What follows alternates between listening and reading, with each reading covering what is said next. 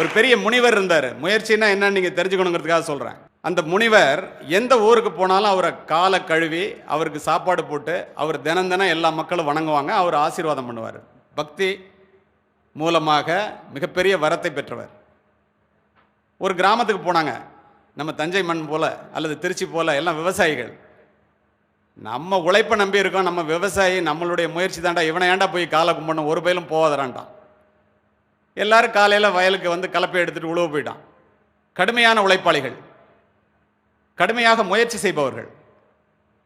உடனே அந்த முனிவர் பார்த்தாரு, பரமசிவன் சங்க எடுத்து ஊதுனாதான் வருண பகவான் காதில் பட்ட உடனே மழை பெய்யுங்கிறது ஒரு ஐதீகம்.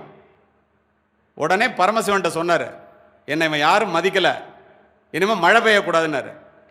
பரமசிவன் சங்க எடுத்து ஓரமாக வச்சுட்டார். மழை பெய்யலை, யாரும் வயலுக்கு போகிறத நிறுத்திட்டான். ஒருத்தன் மட்டும் தொடர்ந்து வயலுக்கு போயிட்டு இருந்தான். எல்லாரும் அவனை பார்த்தான், ஏண்டா மழை தான் பெய்யாது, ஏண்டா தினம் போய் உழுவுறேன்னு கேட்டான். அவன் சொன்னான், செஞ்ச தொழிலை விட்டவனும் கேட்டான், செய்யாத தொழிலை செஞ்சவனும் கேட்டான், நான் விட்டேன்னா உழவு தொழில் மறந்து போகுண்டா, அதனால தினம் உழுவுறேன்னா. எல்லாரும் அவனை ஆச்சரியமாக பார்த்தாங்க.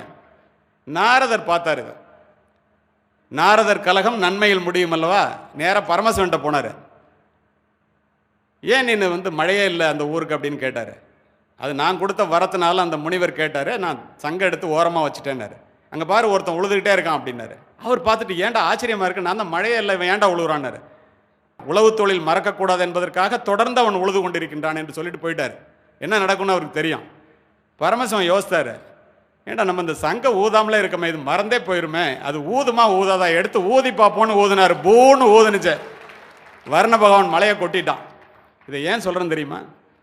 தெய்வத்தாலே ஆகாது என்றாலும் முயற்சி தான் மெய்வருத்த கூலிதான். அதுதான் முயற்சி. விழுந்து கிடந்தால் சிலந்தி கூட நம்மை சிறைப்பிடிக்கும். எழுந்து நடந்தால் எரிமலையும் நமக்கு வழி கொடுக்கும். முடியாது என்று நினைத்துவிட்டால் மூச்சு காற்றும் நின்றுவிடும். முடியும் என்று துணிந்துவிட்டால் மூளைக்குள் மின்சாரம் பிறப்பெடுக்கும்.